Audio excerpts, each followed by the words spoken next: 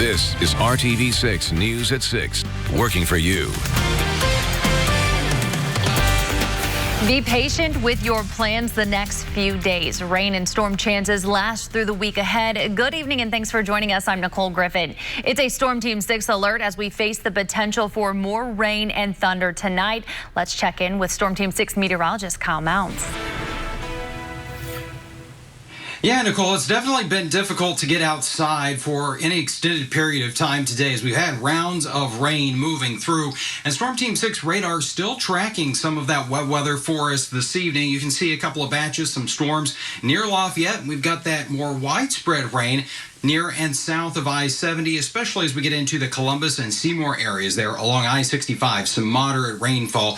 That will continue to slide off to the south and east. But notice these thunderstorms over portions of Benton County. Those are moving over some of the same locations with some heavy rainfall. And that's why we do have that flash flood warning for about the next hour or two here across portions of Benton County, including Fowler. And we may see that expanded to the south and east. So a few additional showers and storms, but certainly it is bringing some needed rainfall to the area. Some areas over 2 inches of rain, even there in northern portions of Park County. Radar estimates of about 4.5 inches of rain that has fallen today. So certainly you do need a little bit of time to dry out. Temperatures as we are locked into those cloudy skies are coming in the 70s. It's 74 in Indy, Kokomo, Bloomington, 73 right now in Greenwood. As we go through the next few hours, we'll have an isolated chance for a shower or thunderstorm with those temperatures in the 70s. We'll talk about those Sunday rain chances in just a few minutes, Nicole.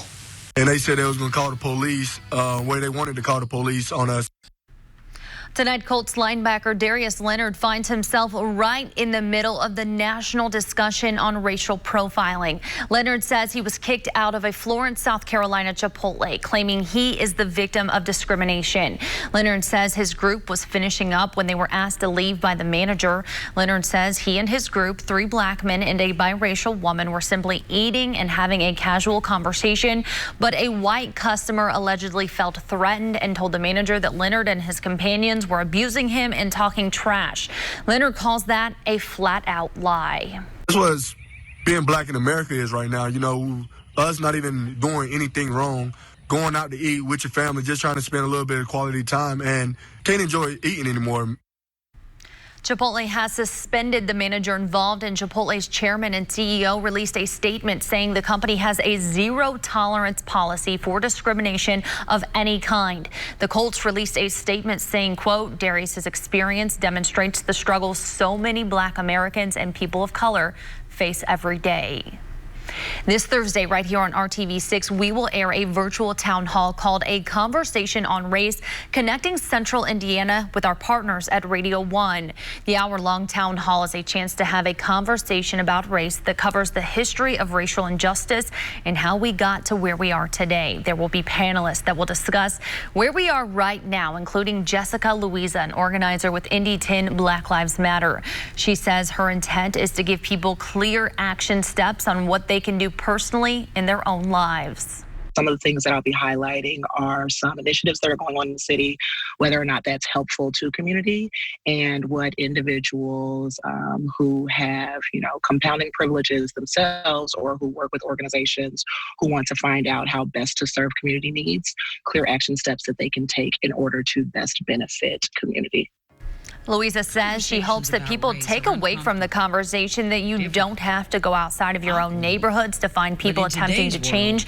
You can start addressing racism or systemic oppression in conversations within your own home with your friends and family. The conversation on race will air this Thursday, July 2nd from 7 to 8 p.m. A Randolph County man was shot after exchanging gunfire with Delaware County deputies. It happened just before 10 o'clock Friday night at County Road 900 North, just east of Walnut Street. Investigators say the 38-year-old man from Farmland, Indiana, led deputies on a chase before finally stopping the car. He allegedly fired at officers as he got out of the car, and they fired back. He's now at a Muncie hospital, and no word on his current condition. Officials say he was wanted on a warrant for possession of meth. One person is dead, another person injured after a shooting late Friday on the northeast side. The shooting happened in the 4100 block of North Brentwood Drive near East 42nd Street and North Post Road. One person died at the hospital. The other person is in stable condition. Their identities have not been released. Now to our continuing coverage of the COVID-19 pandemic and its impact on Indiana. The state health department reports nearly 500 new cases. 2,424 Hoosiers have now died from the coronavirus. More than 44,000 Hoosiers have tested positive for the virus, and more than 463,000 people have been tested in Indiana, with 9.6% testing positive. And the United States has surpassed the grim milestone of 125,000 deaths as a result of COVID-19. And there's a disturbing new trend that doctors are now seeing across the country. ABC's Karina Mitchell has the details. As the U.S. marks a new daily record of diagnosed coronavirus cases, 11 states now pausing their reopening plans. Florida, particularly hard hit, seeing an increase Friday of more than 9,000 cases in a single day. Governor Ron DeSantis trying to downplay the spike, not mandating masks statewide. And we're going to trust people to make good decisions. Still, Floridians out of luck if they want to visit a bar. The governor now shutting them down again. In Texas, a similar situation. Governor Greg Abbott, in an interview with the ABC station in El Paso, admitting, quote, in hindsight, the state reopened too quickly. Bars is a type of setting that's not made for a pandemic. Restaurant capacity is now being scaled back and elective surgery suspended as hospitalizations surge. ICU units at capacity.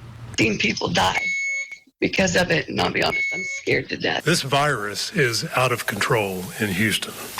If we don't act to get it under control, very bad, extremely bad things will happen. Businesses getting hit. You know, we were hoping it would turn around by May, but now that everything is going in the wrong direction, it doesn't look like we're going to be over this anytime soon. And in California, doctors seeing an alarming new trend. Typically, though, what we are seeing as compared to early in the pandemic, we are seeing more younger patients than older patients. But at the first White House coronavirus task force briefing in almost 2 months, Vice President Pence defending the president's recent rally in Arizona with thousands of college students. And even in a health crisis, the American people don't forfeit our constitutional rights.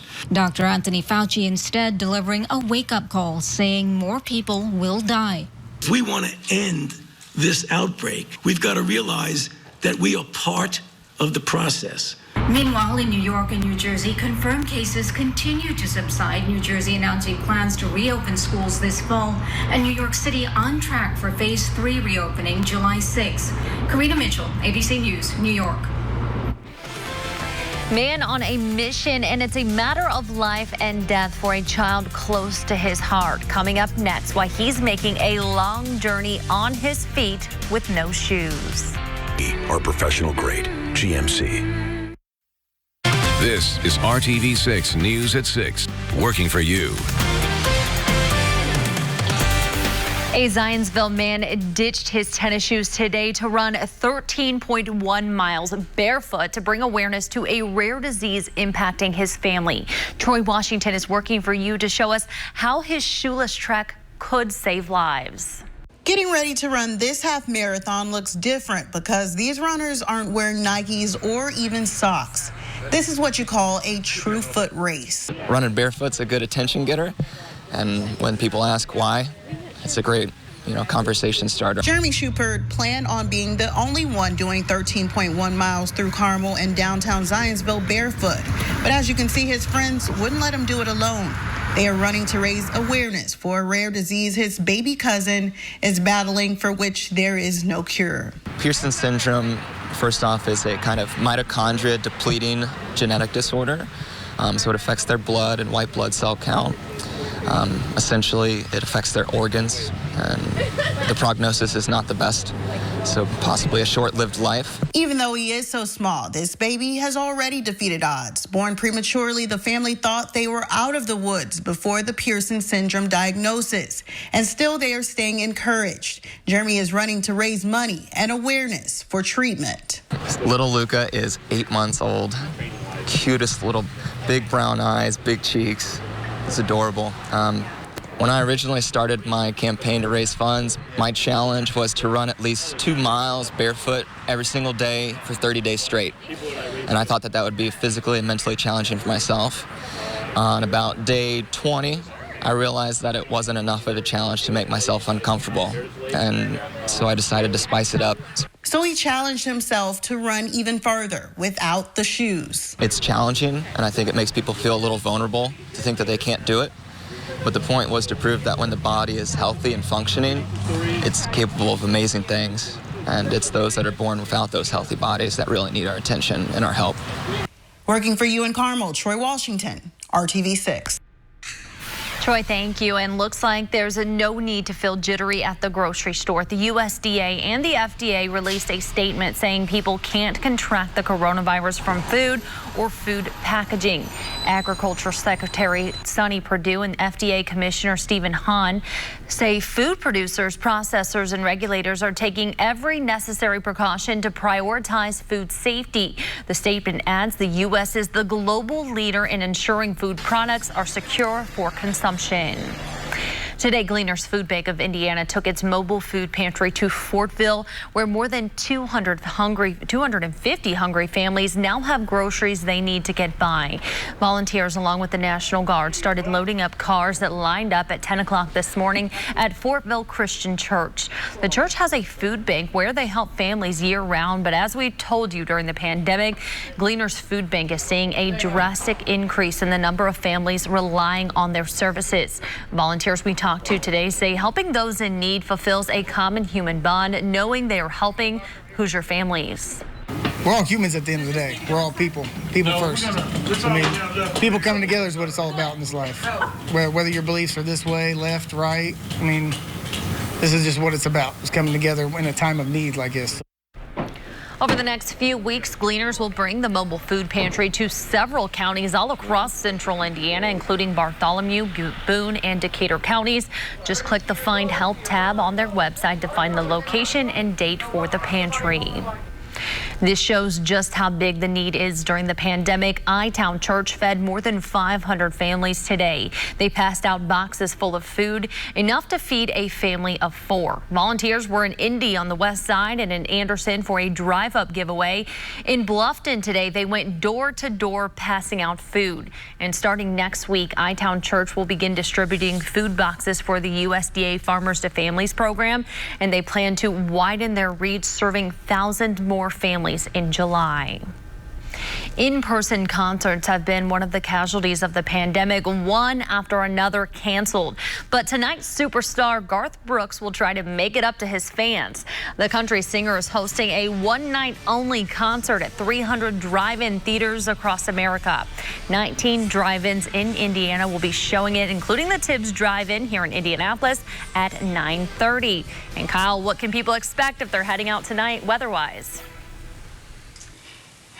Yeah, Nicole, I think for central Indiana, we're going to be in pretty good shape for that concert. The rain moving out, but we are not all finished with the wet weather here as we go into our Saturday evening. We're still in the cloud cover, though, all across the Hoosier State, and that has kept our temperatures in the 70s today. We're sitting at 74, and there is that sky-high humidity at 93%. Storm Team 6 radar showing that the big complex of showers and thunderstorms that we've had throughout much of the afternoon is winding down. However, we do notice some very heavy rain developing over some of the same locations here around Fowler and northwestern portions of Tippecanoe County, and that's where we have some flooding concerns as we go through the next couple of hours, and I think that's also our best chance for rain as we go through the evening. TrueCast shows some of that rain, tries to bring in a few additional showers, but again, I think the best focus is going to be in northern locations. It's the most rain we've seen in a single day in the month of June, 1.18 inches officially in Indianapolis. Again, some locations picking up more than twice that amount. It puts us closer to where we should be for the month, but still a little shy. Certainly helping things out, though, as we have been abnormally dry across pretty much the entire state. That's one category shy of getting into drought conditions. So this wet weather and the wet weather to come is going to help things out going forward. Temperature-wise, we mentioned the 70s, close to the 80-degree mark, though, in Muncie and Lafayette, but a cool 70 degrees in Bedford after the rain moved through. Tonight, our temperatures are going to settle back upper 60s to around 70 degrees, so it's going to stay warm and muggy, possibly some areas of patchy fog. As we go into Sunday, we start off with a chance for some scattered showers, a couple of rumbles of thunder in there as well. That marginal risk, some of the storms could have some gusty winds, but temperatures as we get into the afternoon should be able to recover with those mostly cloudy skies into the middle 80s. Call for a high 85 in Indianapolis and Columbus, 84 your Sunday afternoon temperature in Muncie. And TrueCast is coming in fairly dry now as we go through Sunday, so we might be able to dial back those rain chances a little bit more. Certainly, I don't think it's going to be as widespread as what we had today. Still, the umbrella meter, though, it's going to be increasing as we get into the start of the work week, Monday, Tuesday, Wednesday, about a 60% chance for more of those showers and thunderstorms. 7-day planning forecast, temperatures going nowhere. We're going to hold middle to upper 80s for those afternoon highs. The humidity will be high as well. As we get toward the end of the week, we do start to taper off those rain chances. Only about 30% for Thursday and Friday. And it looks like right now for the 4th of July holiday, just an isolated shower or storm in that forecast and high temperatures around 90 degrees. And are you ready for some football? They are at Grand Park. Camp underway, week 2 of 4. I'm Dave First. My hips are turning, okay? Coming up in our Sports Extra Spotlight. And it's going to be positive and it's going to be pain-free. With the state in stage 4, amateur youth sports can get back on the field, and at Grand Park in Westfield, that means football. The start of a brand new camp with some legendary instruction. Over 300 kids between all of the sessions, a grand solution for those wanting to get back. Sports Director Dave First with the Sports Extra Spotlight. It's the start of summer in Indiana, but inside Grand Park's indoor facility, it feels a lot more like fall. It just might be the grab of the offseason. The new Grand Park football camps led by longtime high school coach Lance Shine. I approached Grand Park about a month and a half ago and said we'd like to somehow grow the footprint of football here at Grand Park. And talking to Will Knox and Matt Trinan, they both were like, hey, this is a great opportunity. We've been a big soccer campus. We've had a lot of baseball, softball. We've grown to lacrosse. Really want to grow the sport of football here at Grand Park, and we found that these camps will be a great starting point, especially with these kids not having the opportunity to play sports for the last handful of months. Built from the ground up. Fundamentals first, advanced level stuff after that. And the camp comes in 2 waves, 3rd through 8th grade, and then after that, the high schoolers. And the instruction may get amped up a little bit as well. Look over there.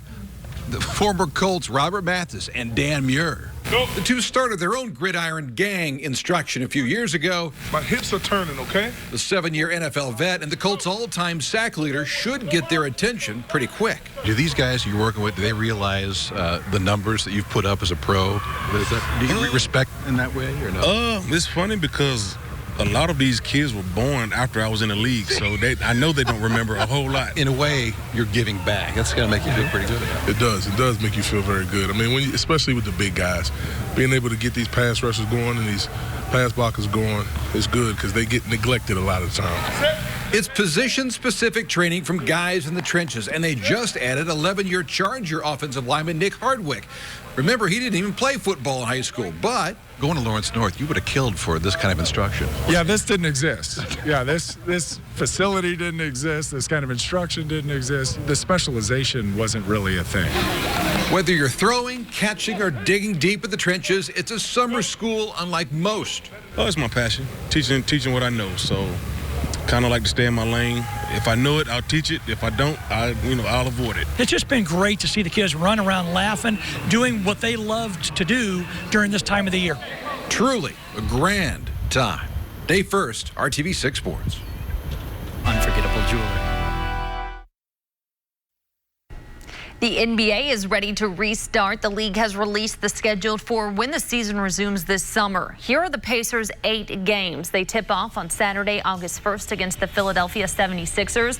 The Blue and Gold will go on to play the Wizards, Magic, Suns, Lakers, Heat, Rockets, and then the Heat again on August 14th, the final matchup of the regular season.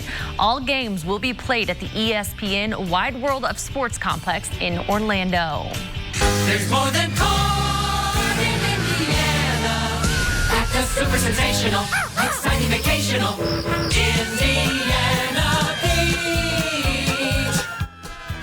Indiana Beach is back in business. The amusement park on beautiful Lake Schaefer in Monticello opened to the public today. Back in February, the owner announced plans to permanently close the 94-year-old attraction. But in April, a Chicago businessman bought the park, giving it new life. And due to the pandemic, Indiana Beach will operate at 50% capacity. Online reservations are required. That system is expected to continue until July 3rd. Kyle.